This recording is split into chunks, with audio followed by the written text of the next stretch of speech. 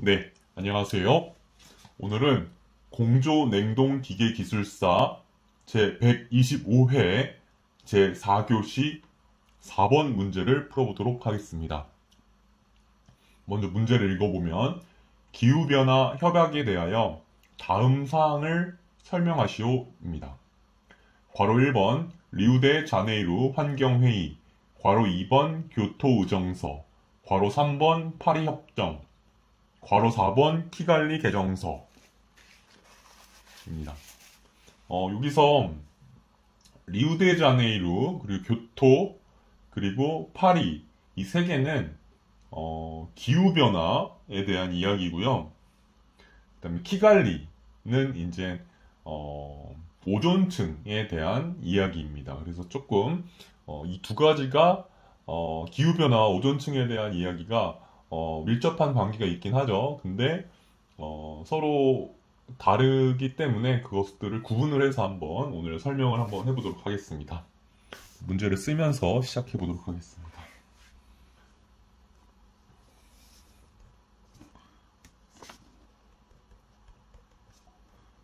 공조, 냉동, 기계, 기술사 제125회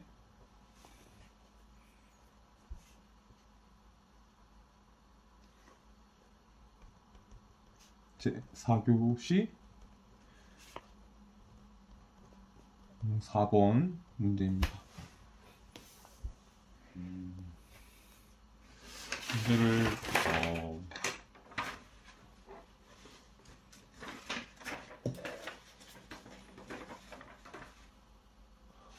저한테 맞는 대로 한번 키워드를 써보겠습니다. 저 기후변화, 그리고 리우데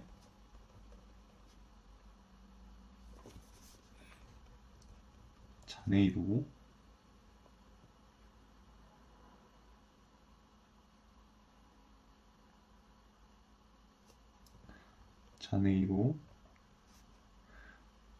그리고 교토, 파리, 그 다음에는 이제 오존층, 그리고 비엔나,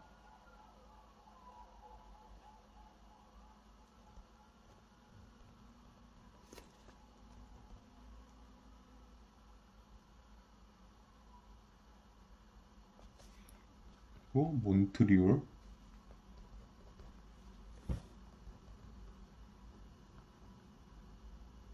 그 다음에 키갈리. 이렇게 적어보도록 하겠습니다. 기후변화는 제일 최초로 공식적으로 얘기된 건 리우데자네이루고요. 그리고 오존층은 최초로 얘기된 건 비엔나입니다. 그리고 기후변화는 리우데자네이루 이후에 여러 주요 도시들이 언급이 됐는데 그 중에 중요한 거 두 개를 뽑은다면 이제 교토랑 파리 정도 되고요. 그 다음에 오존층 관련돼서는 이제 비엔나 이후에 주요 도시들을 꼽으라면 이제 몬트리올과 키갈리 정도가 되겠습니다.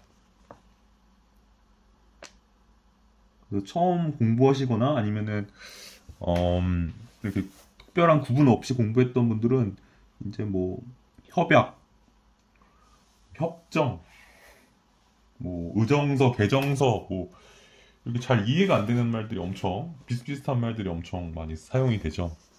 그래서 이번 기회에 한번 저도 정리를 한번 해보고 왔습니다.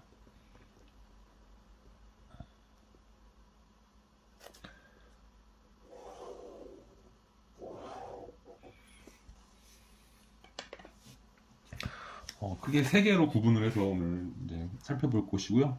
1번.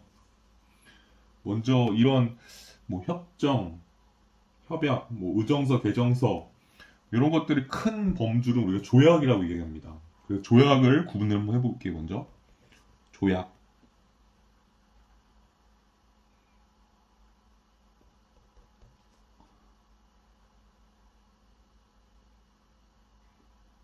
그래서 조약의 구분,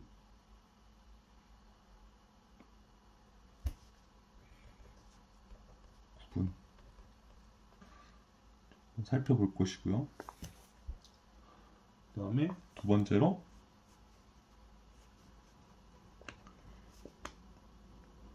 오존층 보호 노력과 기후변화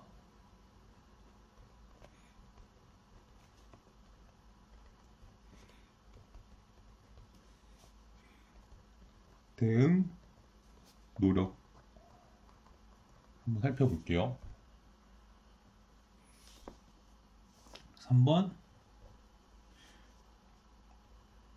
비엔나 회의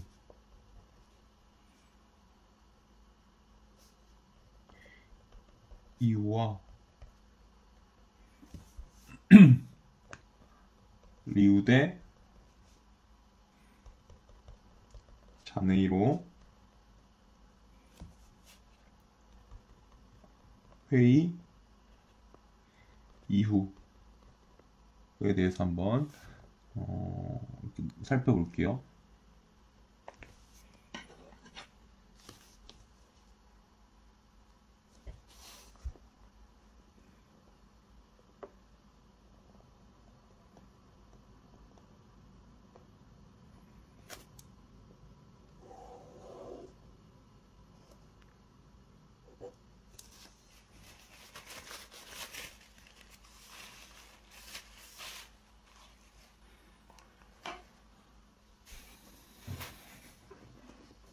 바로 1번 조약의 구분입니다.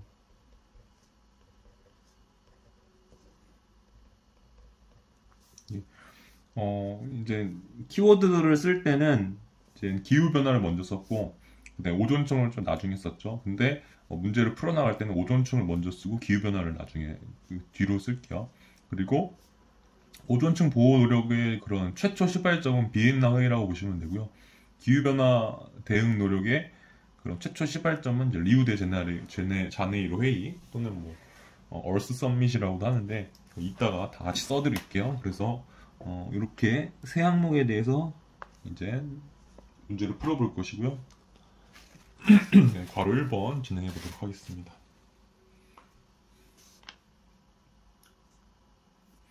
일단 조약의 뜻부터 먼저 알고 넘어갈고요.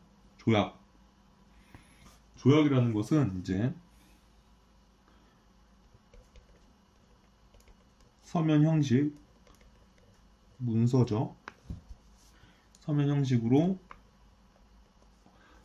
국가 간에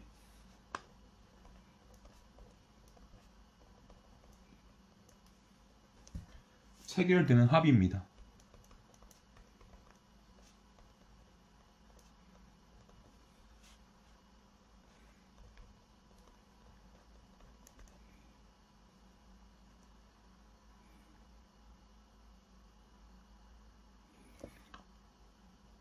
네, 이렇게 되고요. 근데 이게 전 세계적인 거니까 어떤 전 세계적으로 어떤 조약에 대한 또 어떤 협약이 있어야 돼요. 그래서 그런 조약이라는 것은 이제 서면 형식으로 국가 간에 체결된 합의라는 것을 의미를 하고요. 근데 이런 조약에 대해서도 전 세계적인 어떤 합의가 있어야 되겠죠. 조약 자체에 대해서도. 그래서 이 조약법에 대한 협약이 여기다 위에다가 쓸게요. 비엔나 협약이 있습니다.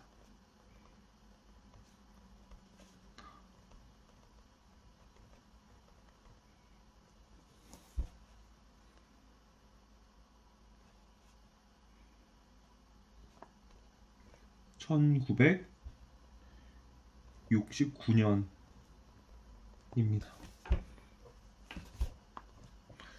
여러분들이 이제 이번 기회에 이제 조약에 대해서 관심을 갖게 될 텐데, 이제 그런 비엔나라는 장소에서 굉장히 많은 협약이 있어요. 뭐 조약법에 대한 비엔나 협약도 있고요. 또 여기서 얘기할 이제 오존층에 대한 그런 비엔나 협약도 있어요. 또 뭐 외교 관계에 대한 비엔나 협약도 있고요.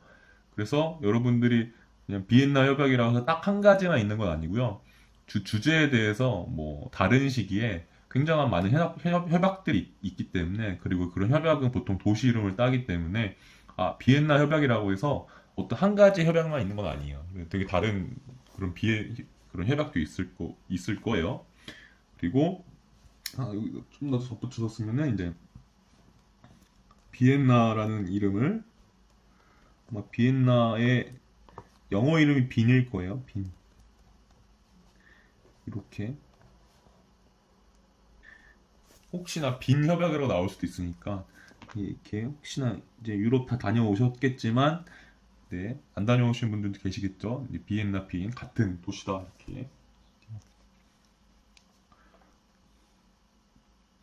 1번 이제 조약이 이제 굉장히 많아요. 그냥 말 그대로 조약 내에, 조약이라는 큰 범위 안에 또 조약이 있습니다. 조약은 이제, 그리고 쭉 써볼게요. 먼저 2번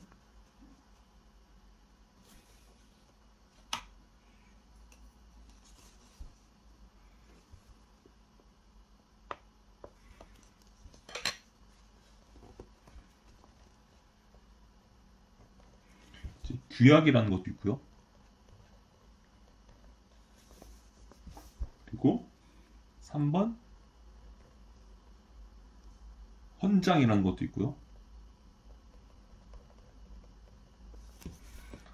막 그런 뭐 사회 시간에 고등학교 때, 뭐 그리고 세계사 시간에 뭐 이럴 때 대학교에서도 뭐 조약, 규약, 헌장 엄청 많잖아요. 근데 다 보면은 뭐 어떤 것들 합의된 것들을 쭉 글로 쓴 거예요. 뭐 법처럼요. 그쵸? 그리고 또 규정도 있죠.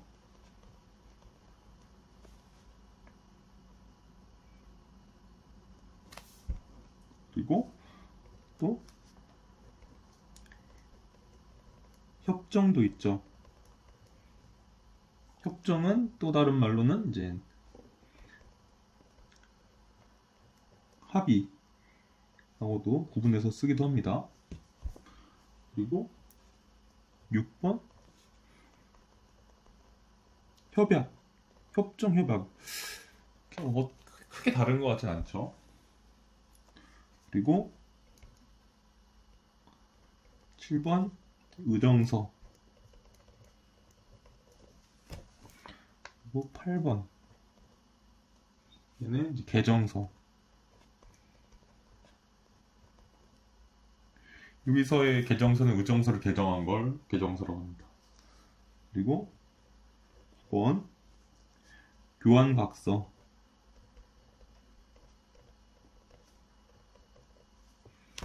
그리고 10번은 이제 양해각서.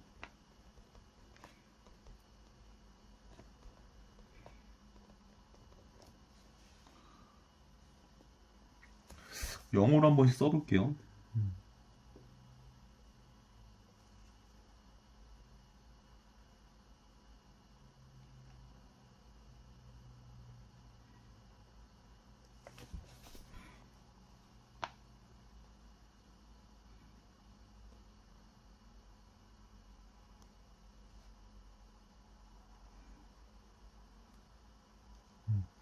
조약은 영어로는 트리티.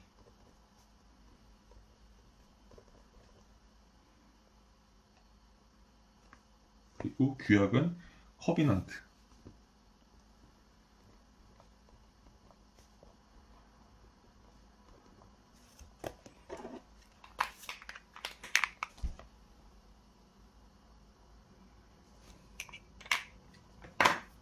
그리고 헌장은 찰터.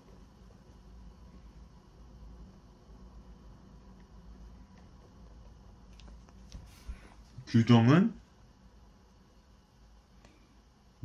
스태튜트.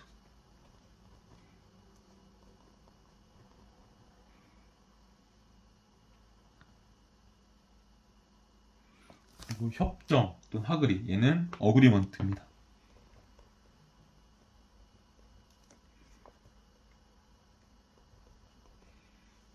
그리고 협약은 컨벤션.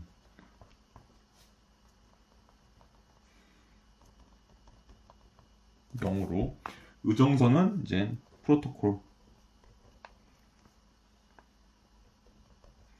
개정서는 이제 어멘드먼트.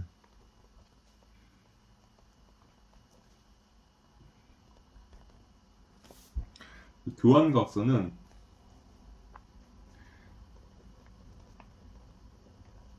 exchange of notes.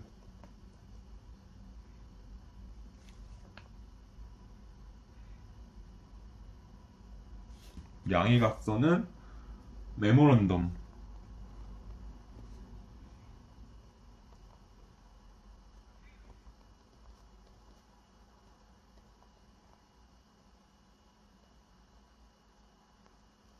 메모랜덤 오브 언더스탠딩.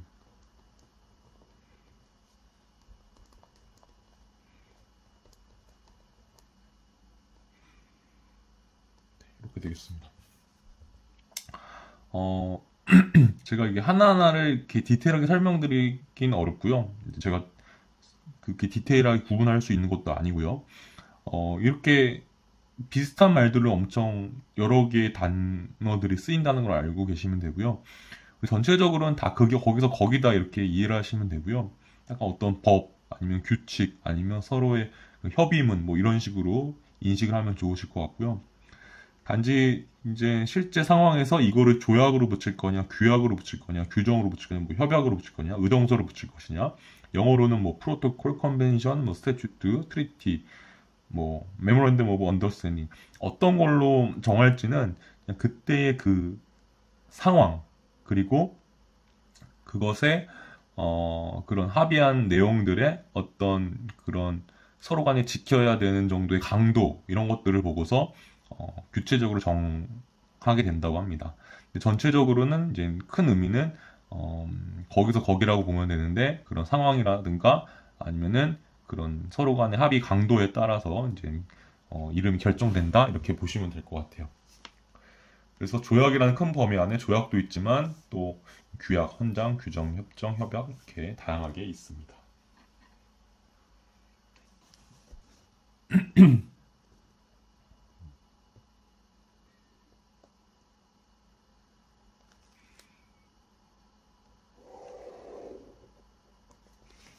다음은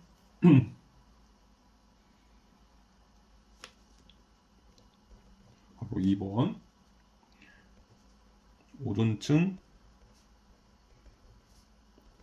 보호 노력과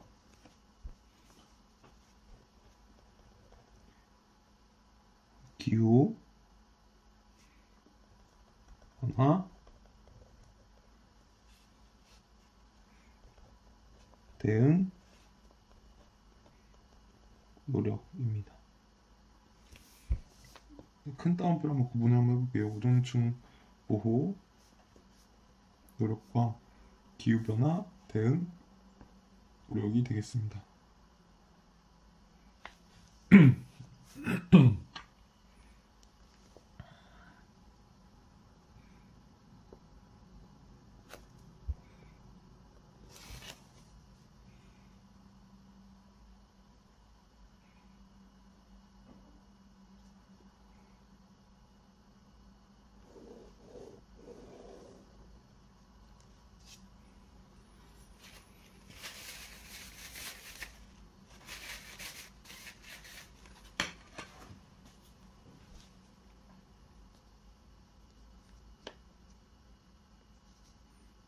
바로 1번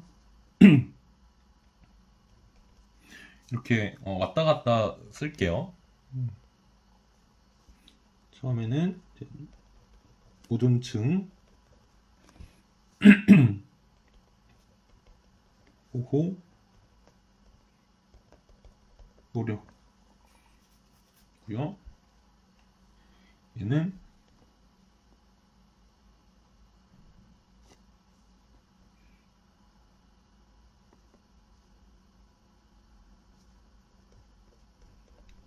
시작이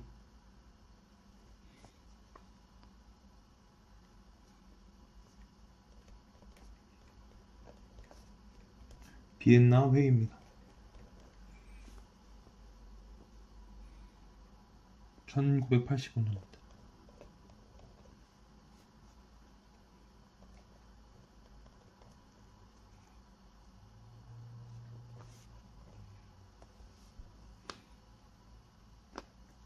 뭐 영어로는 비엔나 컨퍼런스 되고요. 그러면 여기서 두 번째 왔다 갔다 쓴다고 했죠. 기후 변화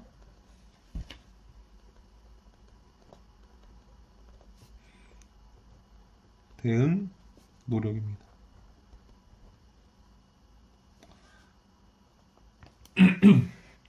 이 두 가지의 일단 그 의미는 알고 계시죠? 당연히 알고 계시죠?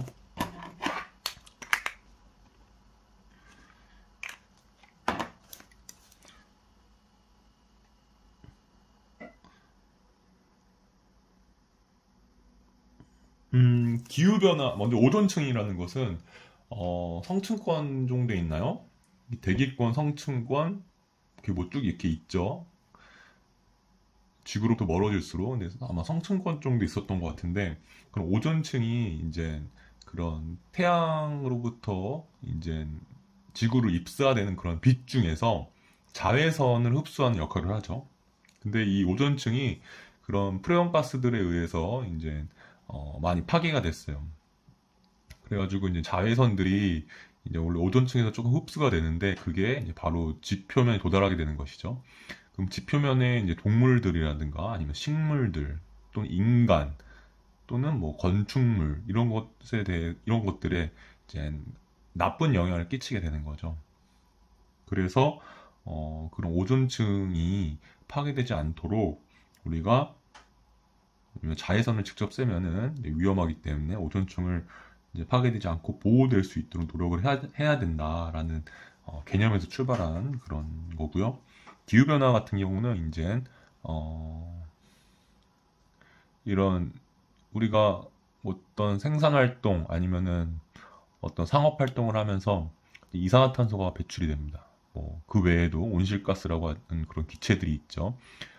그런 것들이 이제 배출이 되면 그런 것들이 아마 대기권 아니면 뭐 성층권 정확하게는 이제 어딘지 모르겠지만 어느 그런 해발 그런 고도에서 이제 쌓이게 됩니다. 그러니까 밀도가 높아지는 거죠. 어떤 이산화탄소의 비율이 높아지고 또는 그 외의 온실가스의 비율이 높아지는 것이죠.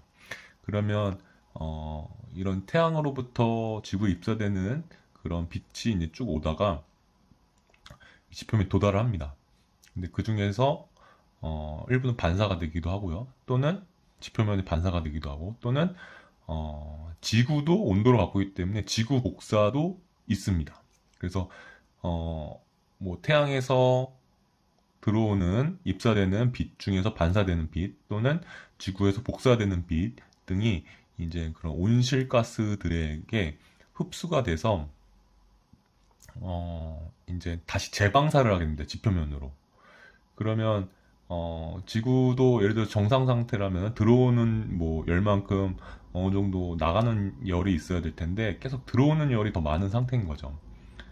뭐 입사되는 빛 계속 들어올 테고 그리고 지구에서 다시 보내는 그런 빛들이 쭉 멀리 떠나가야 되는데 그런 것들이 이제 그런 온실가스 층에 흡수돼서 다시 지구로 재방사가 되는 그런 꼴인 거죠. 그러니까 지구로 들어오는 그런 열, 빛이 더 많아지는 거예요. 그러면 지구가 계속 뜨거워지겠죠.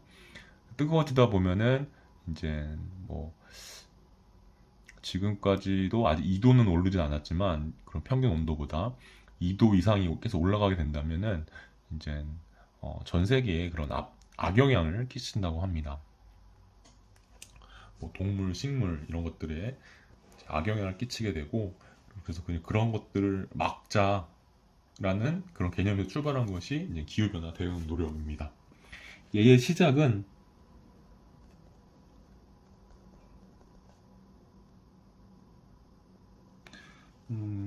리우데자네이루 회의입니다.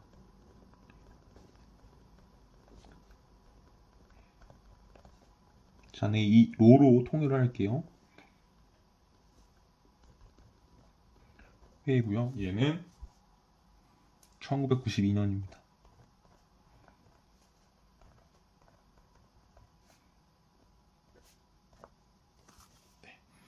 영어로 쓰면은 이제 리오 드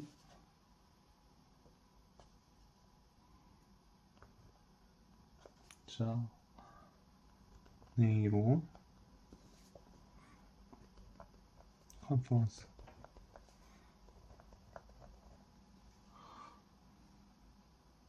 얘를 다른 말로 이제 여러 가지 표현이 있는데 뭐 이렇게 표현하기도 합니다. 리오 데 자네이로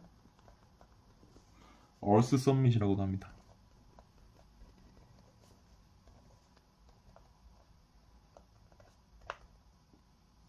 그리고 또 UN 환경개발회의라고도 합니다. 그래서 UN 컨퍼런스 인바이러먼트 디벨롭먼트, 이게 아마 우리나라 말로 UN 이가 인바이러먼트 디벨롭먼트 컨퍼런스에서 UN 환경개발 회의 이렇게 또 아마 표현이 되는 걸로 알고 있습니다. 이렇게 보시면 되고요. 얘네들의 목적은 이미 이제 이름에 있죠. 여기 목적 오존층 보호죠. 얘는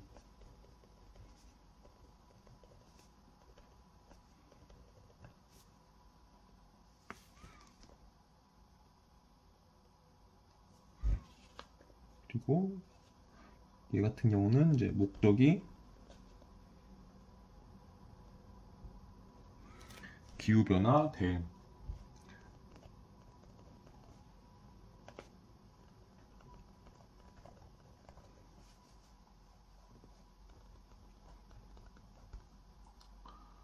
좀 더 다른 말로 하면은 이제 지구 온난화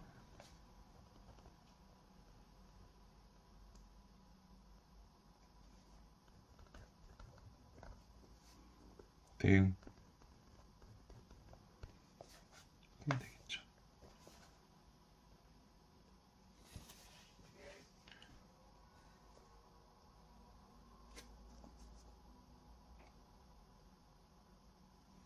그리고 그다음에 방법.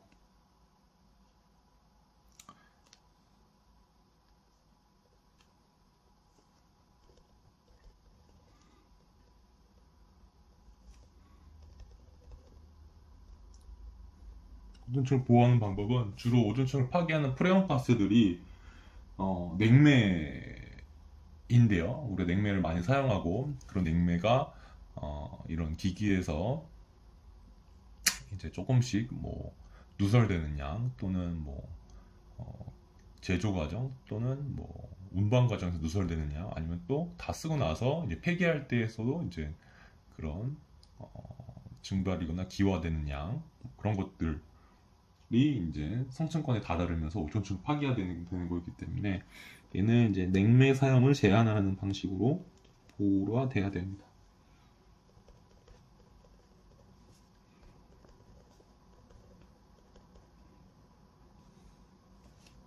이 같은 경우는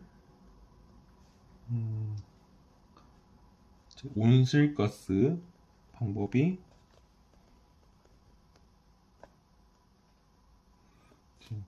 온실가스 배출량 감축입니다.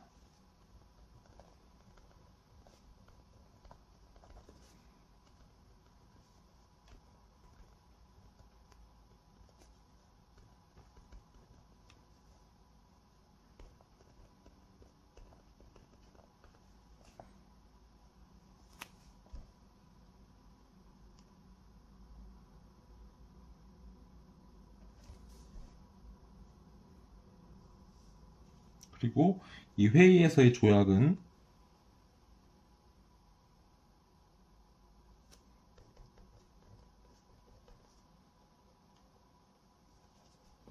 비엔나 협약이 되겠습니다. 비엔나 회의에서 비엔나 협약이 만들어지게 됩니다. 비엔나 컨벤션.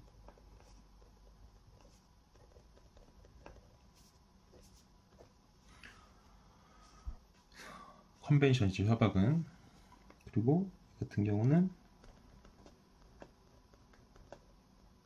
조약이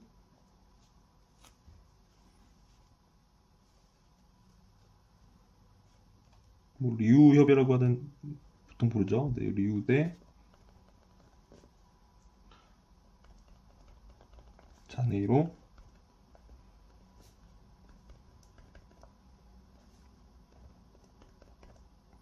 협약. 영어로는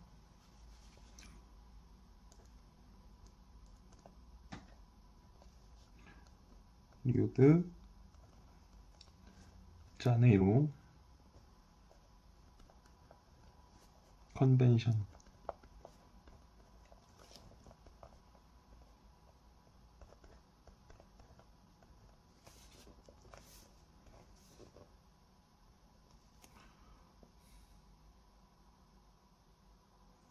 또는 얘를 이제 기후 변화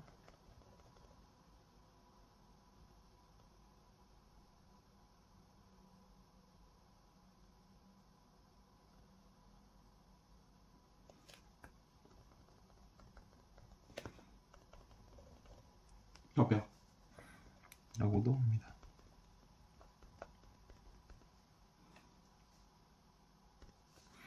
영어로는 클라이미트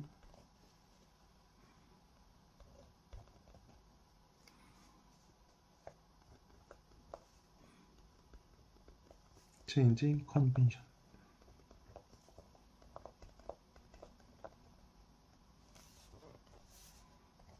이렇게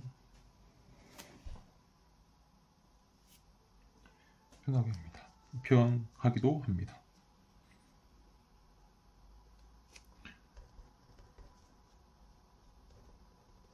일단은 관련된 걸 한번 무작위로 한번 써볼게요.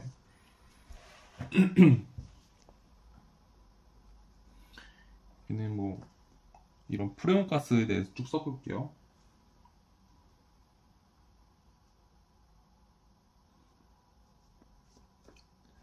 CFC가 있고요. 얘는 염화불화탄소, 그리고 할론이라는 냉매도 있고요. 얘는 할로게나 탄화수소인데 약간 브롬을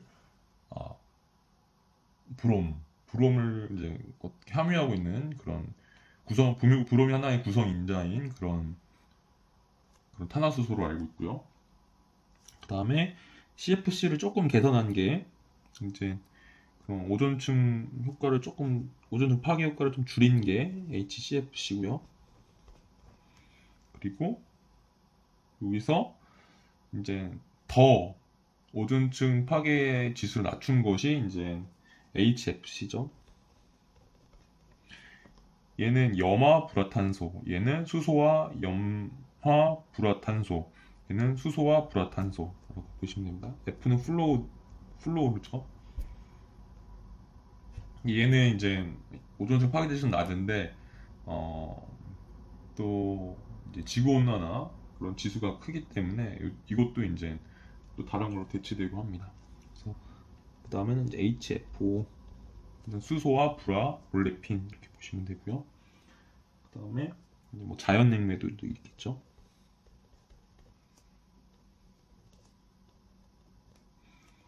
뭐 아모니아, 그리고 뭐 CO2,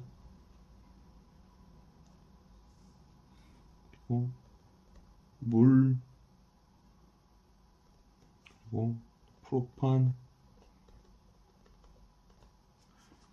그리고 이소부탄,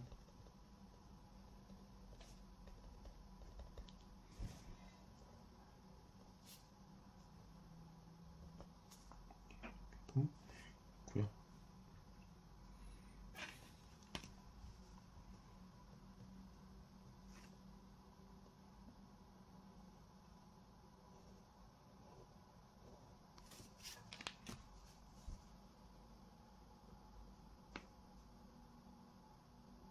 관련된 거에 저는 이제 오존층 보호 노력에서는 이제 쭉 냉매들을 한번 쭉 써봤어요.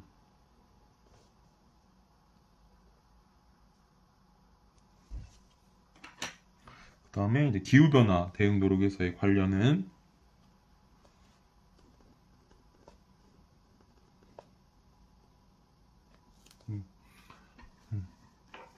한번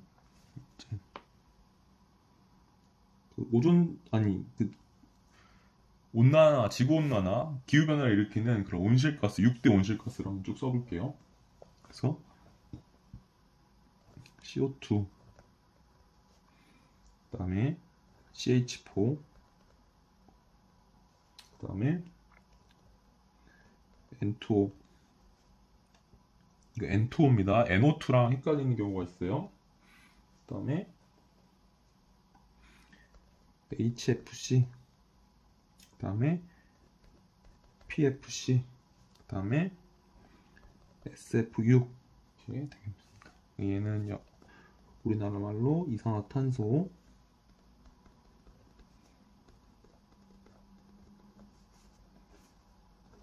얘는 이제 메탄이 되고요.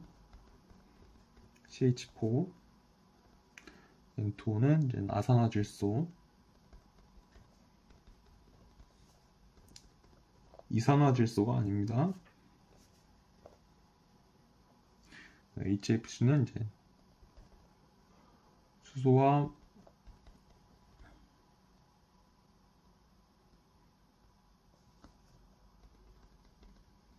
불화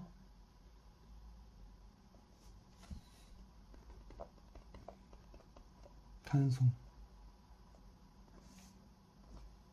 PFC는 이제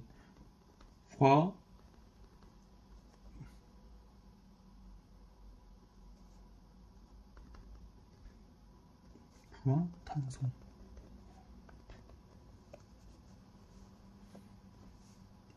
되고요. SF6은 육불화황.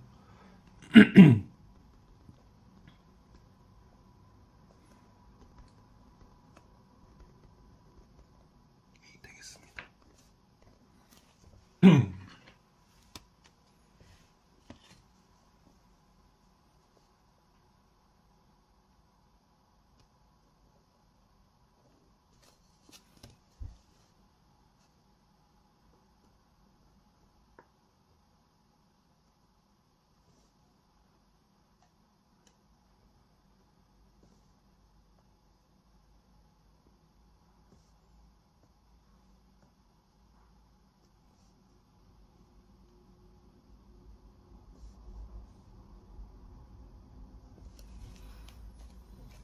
이렇게 관련된 거는 이제 6대 온실가스로 한번 써봤어요. 그 다음에 이제 관련된 지수를 한번 또 써볼게요.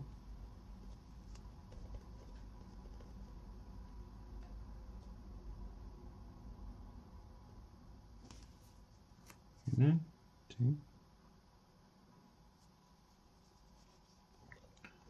ODP 볼게요. 얘는 오존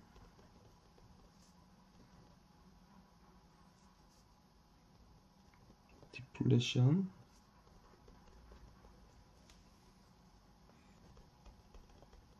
포텐셜.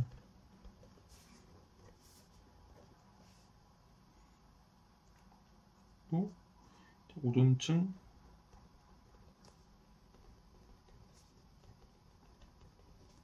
화계 지수 이렇게 보시면 될 거고요. 이 같은 경우는 지구 온난화 관련해서는 지수가 이렇게 GWP가 있죠. 이거로 글로벌 워밍이 지구 온난화잖아요.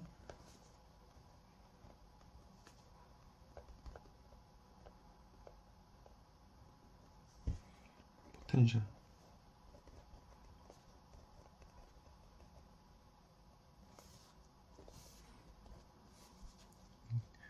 지구 온난화 지수.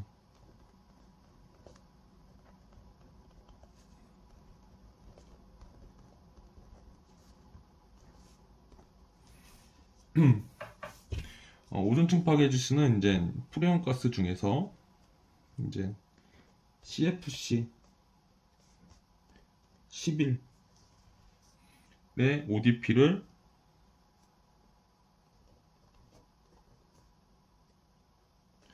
1이라고 보고 있고요. 얘 대비 그래서 크면은 1보다 큰 숫자가 될 거고 작으면은 이제 1보다 작은 소수점이 되겠죠. 그리고 GWP는 이제 CO2의 GWP를 1.0으로 본 겁니다. 얘도 1.0으로 본 겁니다.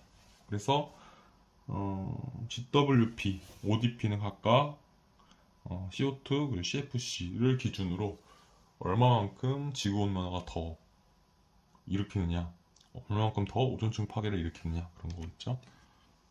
얘네들이 당연히 ODP는 작을수록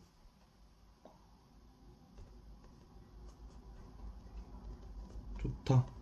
얘도 낮을수록 작을수록 좋다.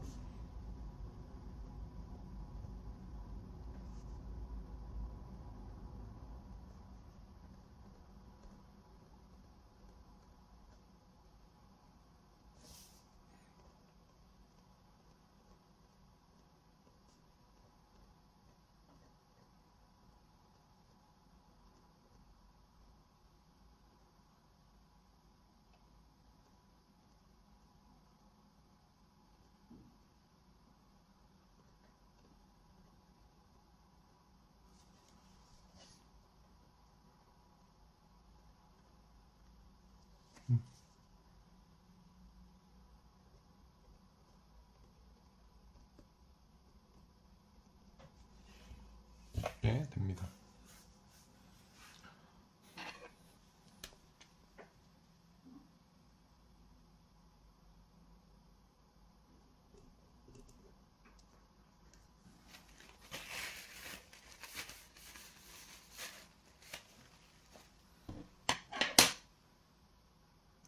예, 그 다음은 이제 괄호 3번으로 넘어가겠습니다. 괄호 3번 비엔나 회의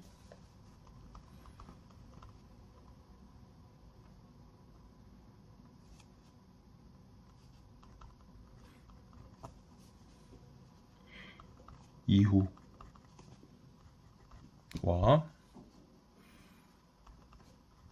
리우 대 자네이로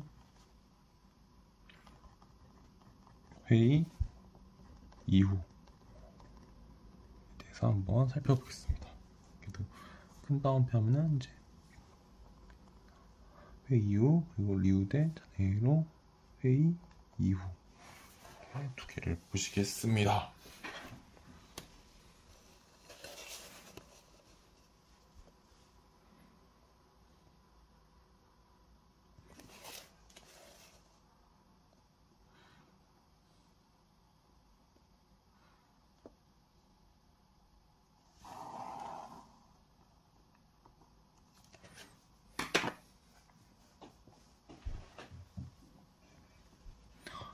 써볼게요. 1번 비엔나 회의 이후 이번에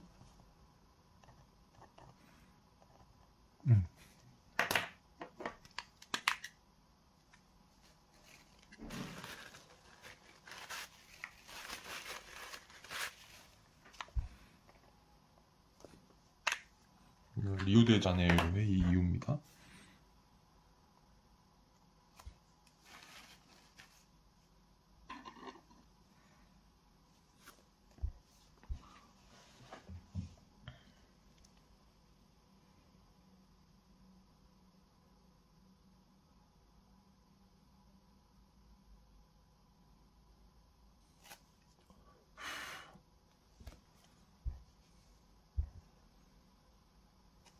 있죠.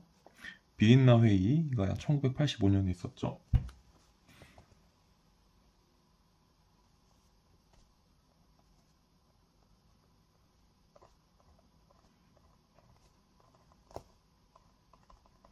(1985년)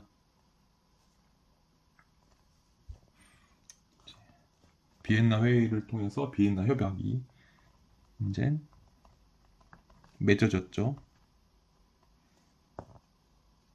비엔나 협약이라는 이름을 갖고 있는 협약이 엄청 많다고 그랬어요.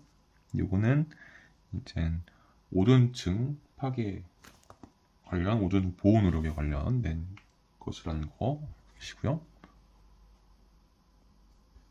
이때 이제 전 세계적으로 이제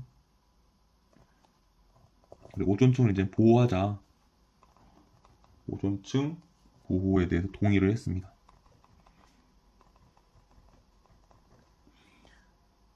그리고 이때 오존층 파괴 물질로서 CFC가 처음으로 이제 언급이 됐습니다. 근데 이제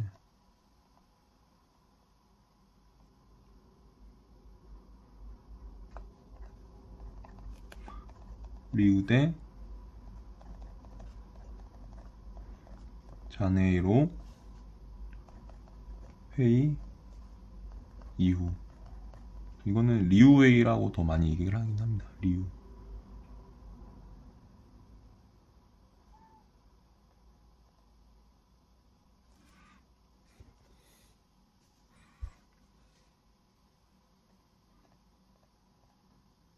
(1992년도였죠) 85년, 92년.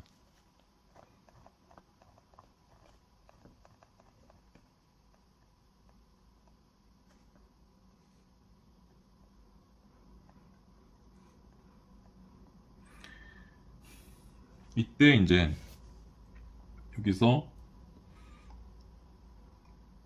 비엔나 협약이라면 여기는 이제 리우데자네이루 협약 또는 기후변화 협약이 맺어졌죠.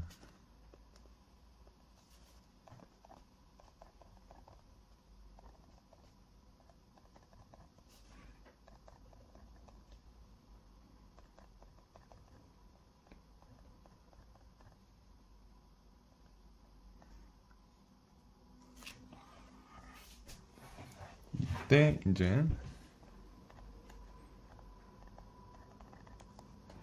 온실가스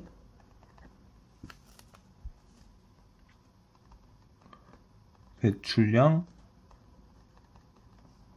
감축을 약속을 했죠.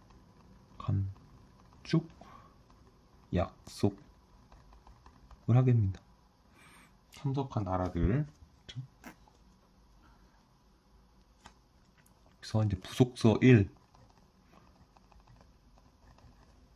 해당하는 나라들은 온실가스 배출량을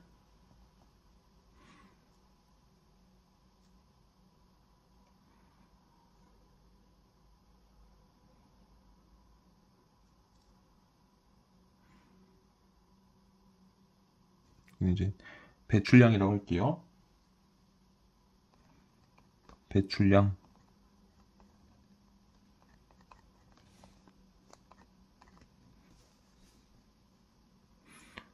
(1990년)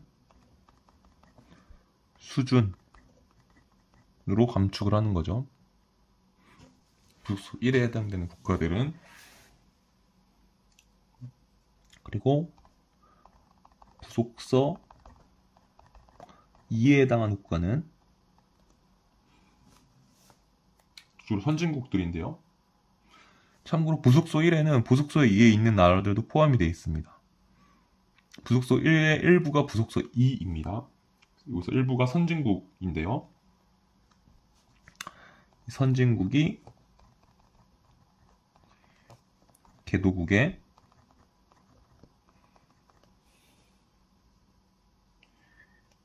기술 지원,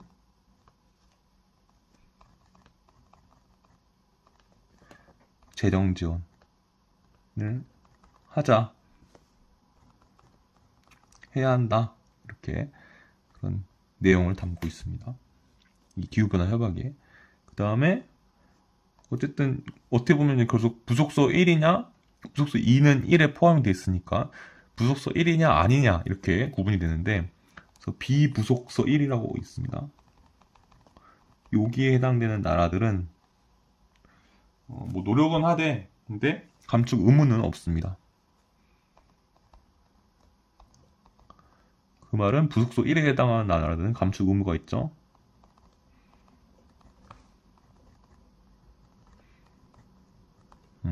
이 정도가 이제 기후변화 협약에 대한 내용입니다.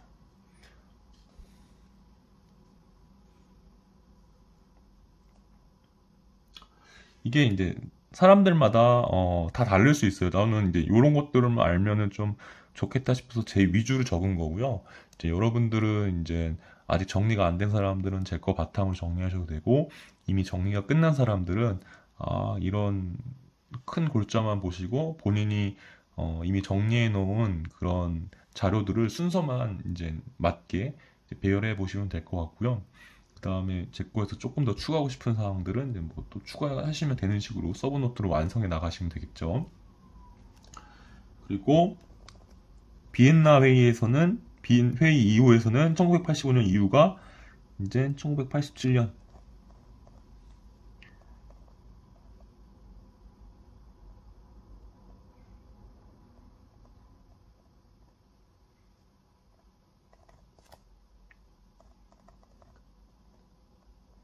87년 때는 몬트리올 의정서,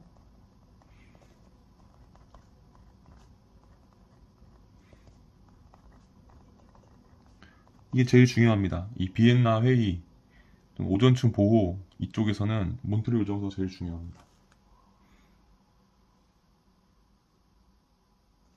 여기서 이제 오존층, 파괴 물질,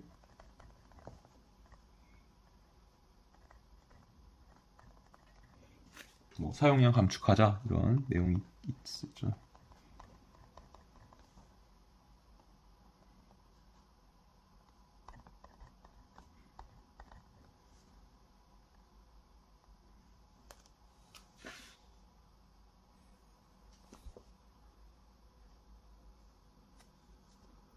여기서 파괴 물질,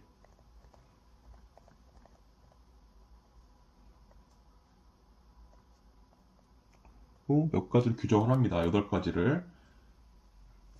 CFC, 젠, 5종. CFC가 염화불화탄소죠. 그리고 할론,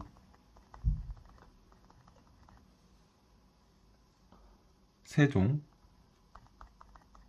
할론은 이제 할로겐 나타나소서인데 약간 브로마이드, 브롬이 들어있는 그런 겁니다. 총 8종을 구제합니다. 그리고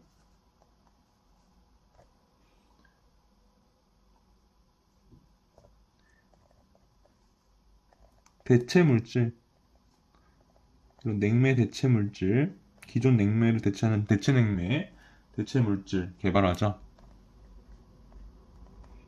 개발, 추구.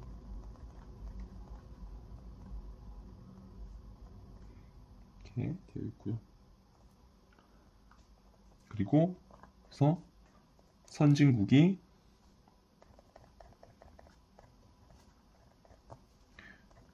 개도국의 기술 지원, 이런 내용을 포함하고 있습니다.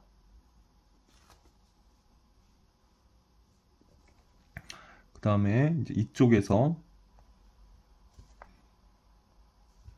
이제 그 다음 중요한 건 이제 1997년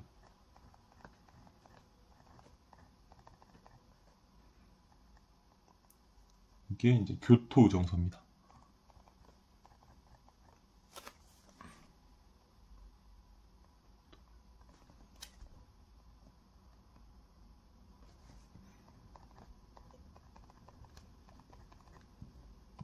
얘가 COP 세 번째에서 채택이 됐고요. 여기서 이제 6대 온실가스를 처음으로 정의를 합니다.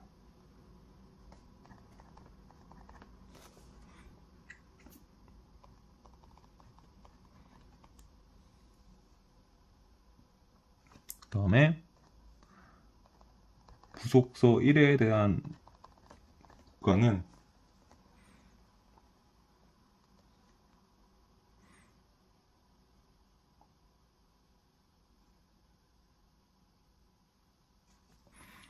(2008년부터)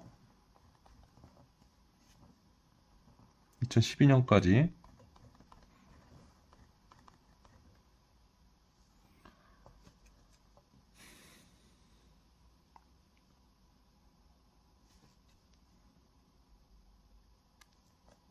(1990년) 수준에서 5.2%를 감축하죠.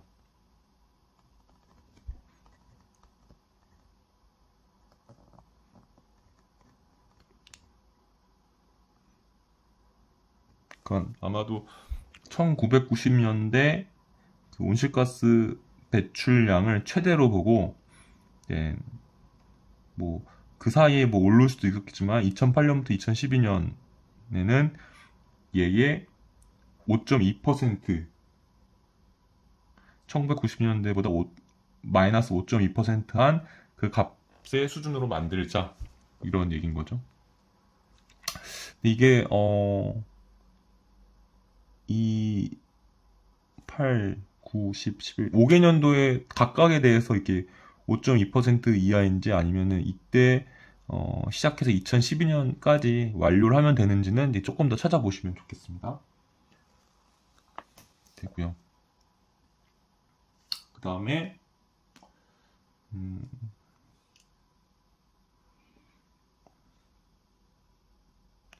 얘는 그 다음 중요한 거는 이제 1990년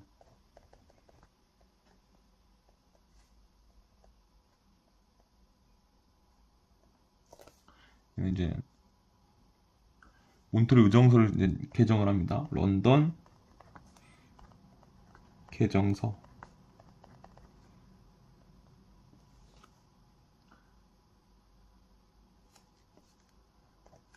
선진국이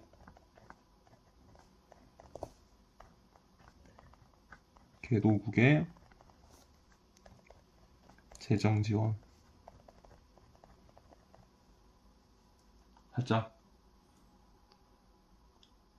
이거고요. 파괴물질이 추가가 됩니다. 오존층 파괴물질이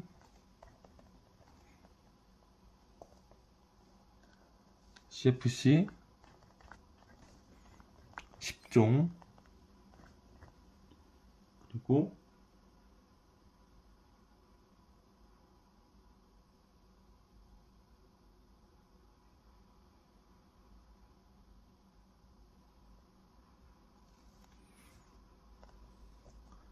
사염화탄소,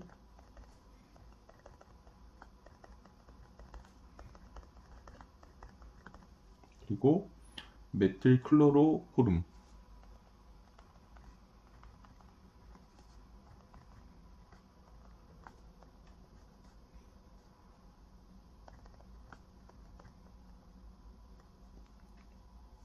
을 규정합니다. 추가로 여기에다가 이걸 추가로 규정하는 거예요.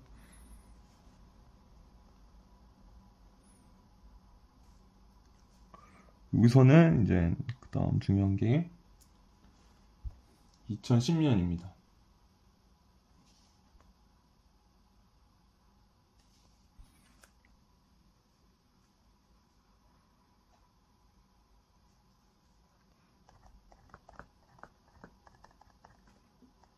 2010년에는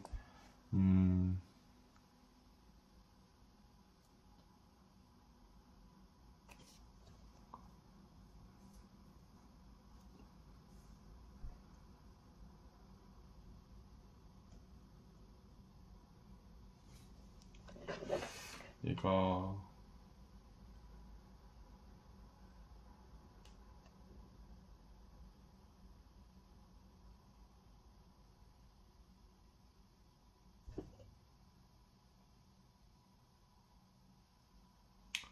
까먹어가지고 살짝 확인하고 있는데요.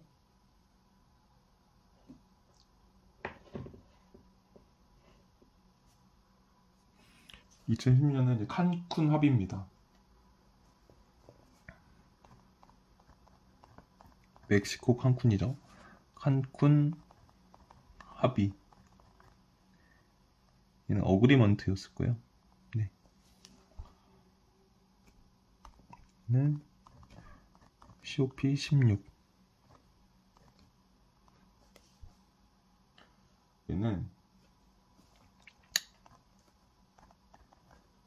교토 오정서가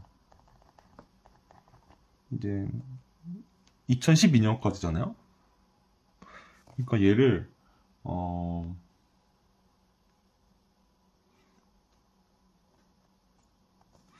2013년에서 2020년까지 연장을 하자. 그래서 연장 합의를 합니다.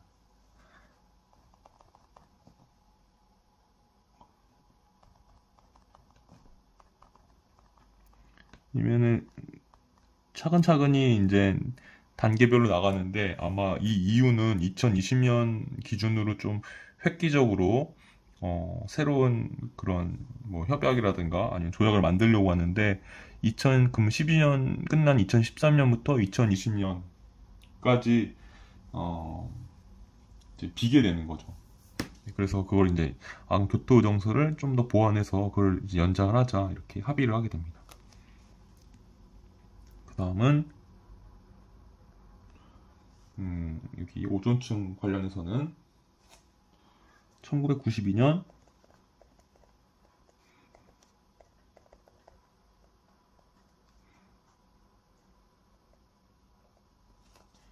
코펜하겐 개정서입니다.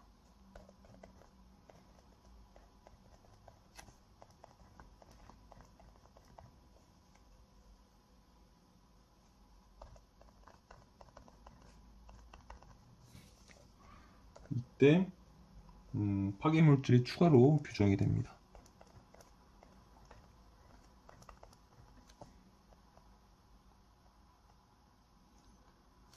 그래서 이제 HCFC 40종, 그리고 HBFC 34종. 얘는 수소와 염화 불화탄소라고 보시면 되고요. 얘는 수소와 브롬화 불화탄소, 이렇게 보시면 될 것 같아요. 그리고 메틸 브로마이드.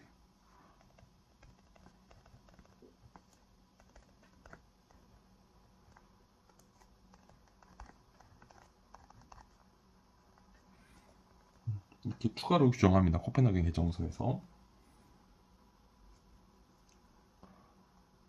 여기는 이제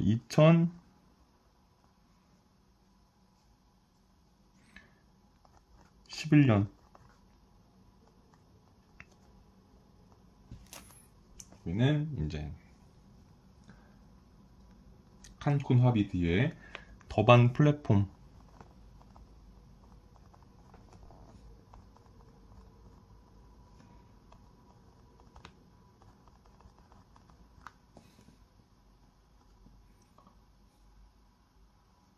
COP 17입니다.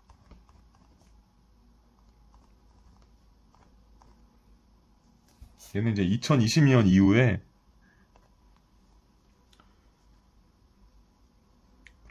새로운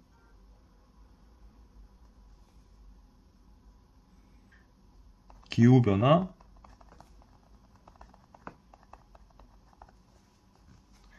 체제가 필요하다.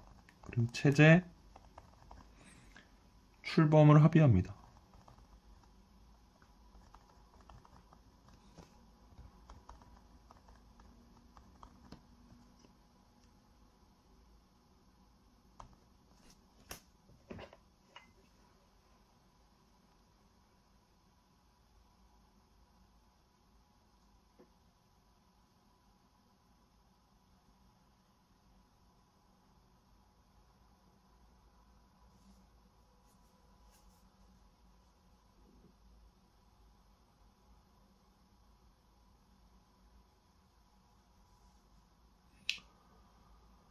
네, 그리고요.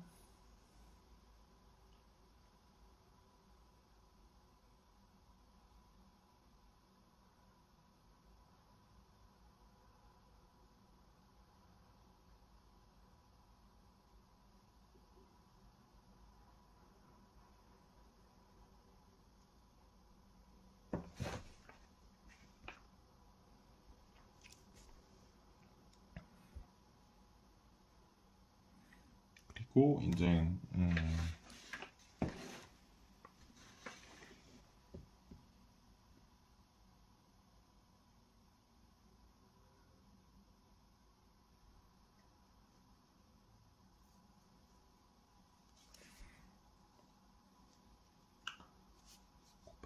그 다음에는 이제 다시 몬트리올로 넘어갑니다.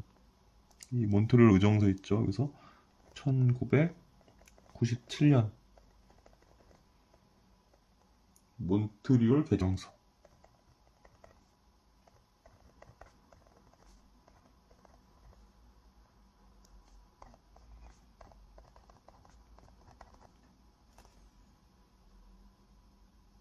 이때 어떤 걸 합의하냐면 오존층 파괴 물질에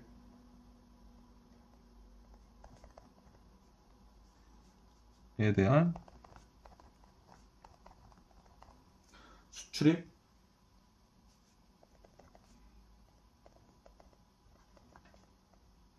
허가제도 시행하자,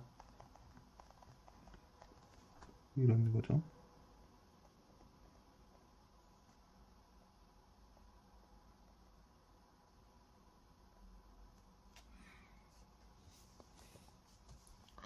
그리고 지구온난화 이쪽에서는 더방 플랫폼 다음에 2012년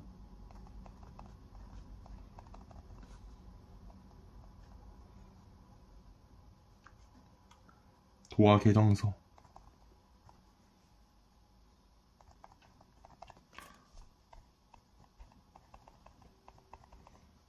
채택합니다. COP 18대이고요.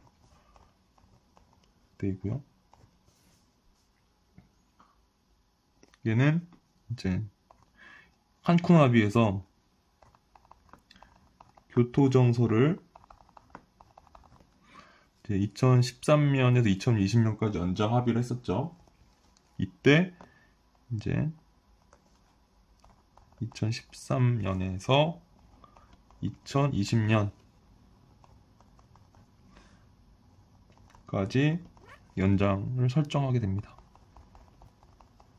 저때 합의를 보고 이때 확실하게 설정을 한 거죠.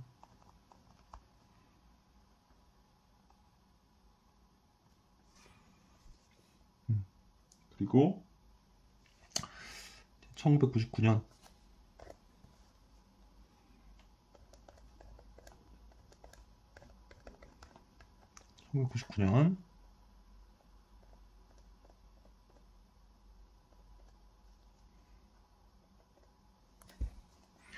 북경 개정서입니다.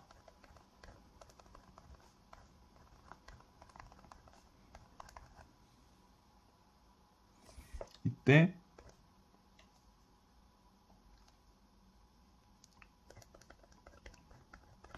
파괴물질 브로모 클로로메탄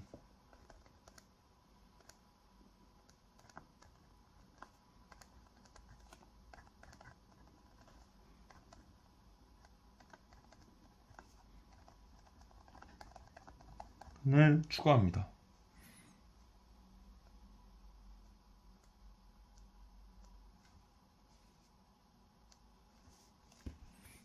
그리고 이제 여기에서는 2014년에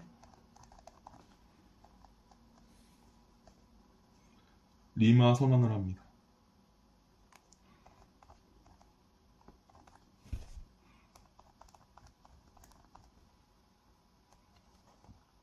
COP 20입니다.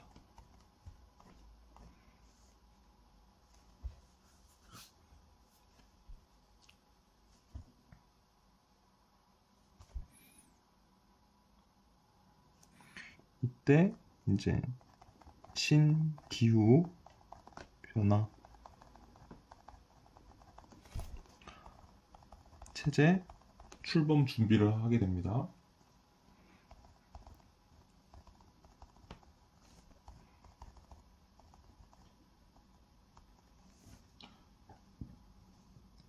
그리고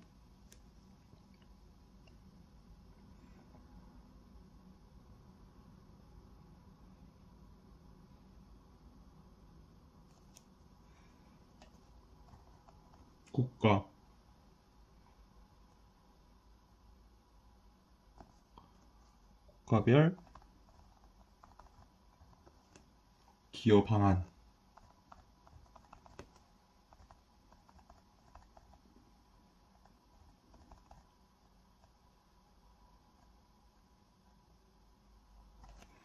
제출 절차 및 일정을 규정합니다.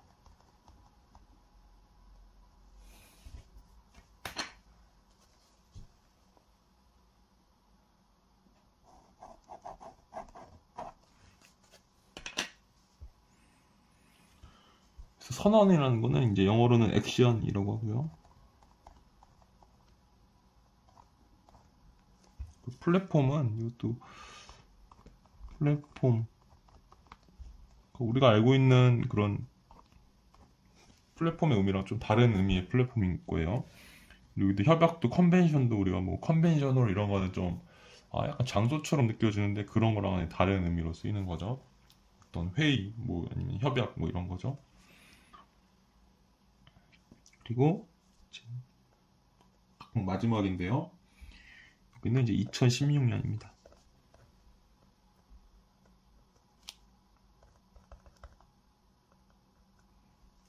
키갈리 개정사입니다.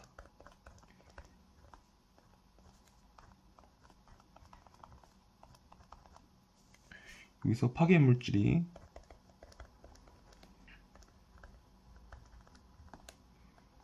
또 하나 추가가 되는데 HFC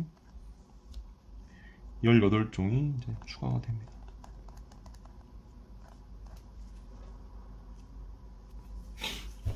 문제에서 키갈리를 썼기 때문에 키갈리가 이제 중요하긴 한데 저는 이제 이 정도밖에 정리를 안 했었어요. 키갈리에서 이제 중요한 거는 이제 보시면은 뭐 CFC의 단점을 보완하기 위해서 HCFC로 이제 넘어왔고 이제 HCFC랑 CFC가 아직도 단점이 있기 때문에 이제 HFC를 넘어왔어요. HFC 특징은 ODP는 낮아요. 엄청 낮아서 오존층 보호에 효과가 있죠. 하지만 GWP가 높아요. 그렇기 때문에 이제 기후변화에 이제 취약하게 된 거죠. 그래서 HFC가 이제 한동안 그런 대체 물질로서 인정받아 왔는데 이제 키갈리 개정서에서 이 HFC를 파괴 물질로 이제 추가를 하게 되면서 파괴 물질이라기보다는 제한 물질이라고 보시는 게 맞겠네요. 여기서 파괴 물질 대신에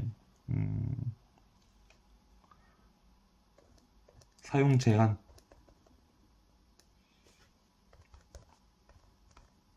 물질이 좀 더 낫다. 이렇게만 써줄게요. 여기는 이제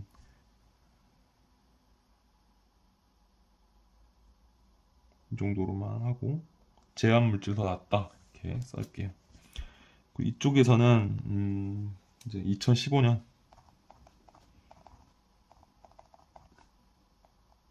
드디어 파리 협정,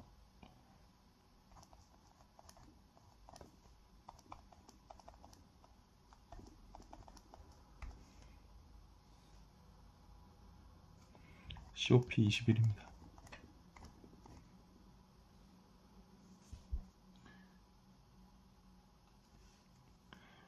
여기서 이제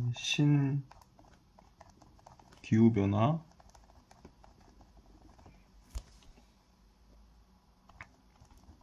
체제가 출범이 됐죠.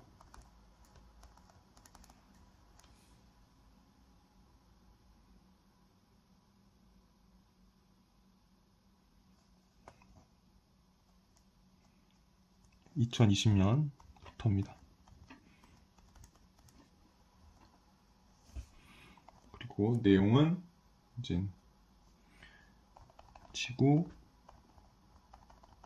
평균 기온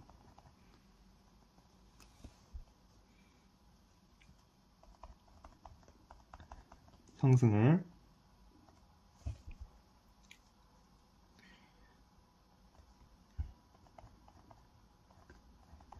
산업화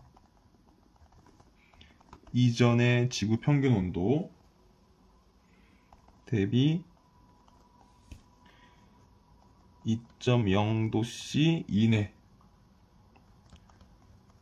막자는 것입니다. 그리고 가능하면 1.5°C 이내 노력하자.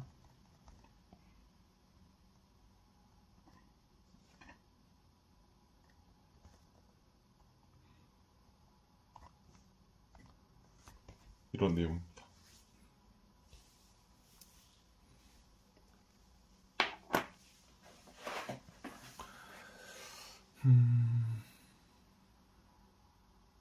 네, 준비한 내용은 여기까지인데요.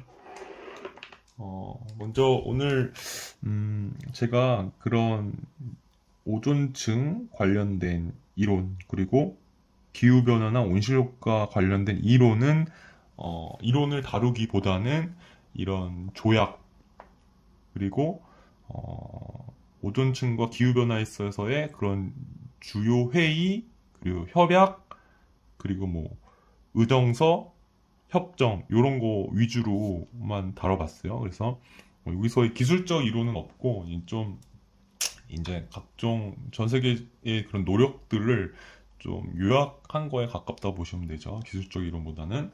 예. 그래서 이제 제가 하고 싶었던 말씀은 이제 여러분들이 기후변화, 오존층 어떻게 보면은 누가 이렇게 좀 서로 다르게 진행해 오고 있었어 라고 분명히 얘기해 주지 않으면 그게 그건 것 같은 경우가 많이 있으실 거예요. 깊게 파고들지 않으셨다면. 그리고 지금부터는 이제 이게 분리돼서 흘러왔구나 이런 것들을 알았으면 좋겠다라는 그런 차원에서 제가 준비를 한 거고요.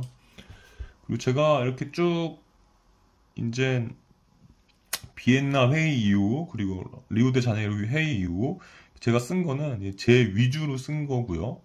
실제로는 이보다 훨씬 더 많은 회의들이 열렸었고 더 많은 그런 조약들이 있었을 거고, 또 지금 제가 이 적었던 조약들에서도 제가 적은 내용이 뭐 중요하지 않은 좀 지엽적인 내용을 적었을 수도 있어요. 사람들의 판단에 따라서. 근데 저는 제 기준으로 이제 적은 거기 때문에 여러분들이 이제 요 강의를 듣고서 이제 여러분들이 이제 내재화해야 될 거는 이제 지금 이런 연도별 중요 순서를 더 추가할 건지 아니면 좀 뺄 건지, 그리고 각각의 연도에서 그 내용들에 있어서도 추가할 건지 뭐 뺄 건지 뭐 이렇게 내재화를 하시면 될 것 같아요. 정리를 하고서 마무리 짓도록 하겠습니다. 오늘 공도냉동기계기술사 제125회 제4교시 04번 문제를 풀어보았습니다. 키워드들은 기후변화, 그리고 오존층, 리우데자네이루, 교토, 파리, 비엔나, 몬트리올, 키갈리 이렇게 있습니다. 그래서 처음에 이제 이게 조약, 뭐 협정 이런 거 너무 어려워. 그래서 조약의 구분부터 먼저 해봤고요. 그 다음에 이게 문제가 오존층 보호 노력과 기후변화 대응 노력을 동시에 물어보고 있었어요.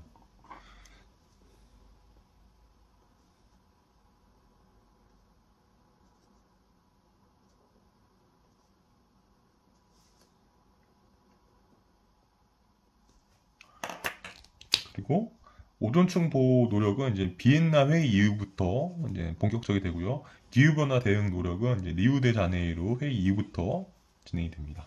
그래서 그렇게 구분해서도 한번 풀어보았습니다. 그래서 뭐 조약은 이제 서면 형식으로 국가 간에 체결된 합의를 의미하는 거고요. 뭐 조약, 협정인 합의, 어그리먼트 제일 많이 본 것만 쓸게요. 의정서, 프로토콜, 규약, 협약, 컨벤션, 개정서, 어멘드먼트 이렇게 많이 보셨죠. 그리고 오존층 보호 노력 관련해서 그리고 기후변화 대응 노력해서 시작은 비엔나 회의다. 리우데자네이루 회의다. 1992년. 요게 각각 비엔나 회의 이후, 요게 리우데자네이루 회의 이후 이렇게 오는 거죠.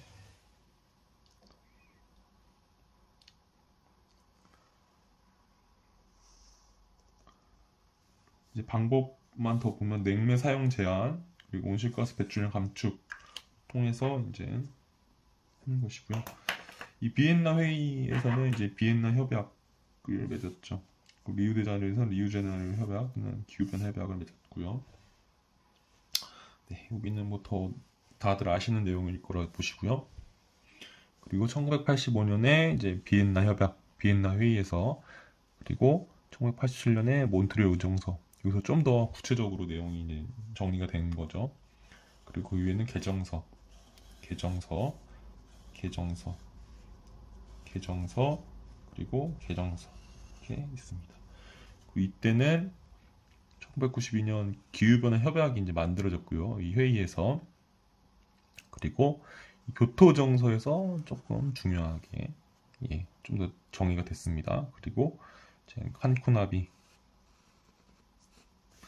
그리고 더반 플랫폼 그리고 도하 개정서 또는 여기 도하 게이트웨이라고도 얘기합니다.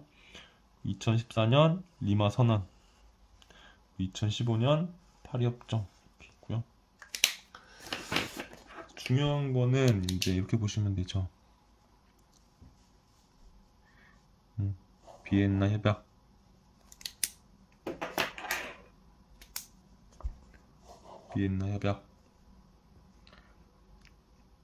그리고 몬트리올 의정서 이제 키갈리 개정서 이렇게 보시면 되고요. 여기서는 이제 이 기후변화 협약 중요하죠. 교토정서 중요하죠. 그다음에 이제 파리 협정 중요하죠. 그리고 또 여기서는 이제 총 8종이 이제 규제가 되고 있는 상황이 될 거고요. 파괴 물질이 총 8종. 여기서는 10종, 11, 12가 추가되니까 총 여기다 더하면은 20종이 되겠죠.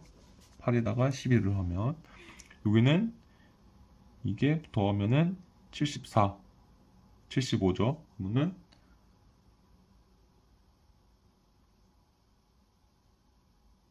75. 그러면 20 더하면 95종이 되는 거죠.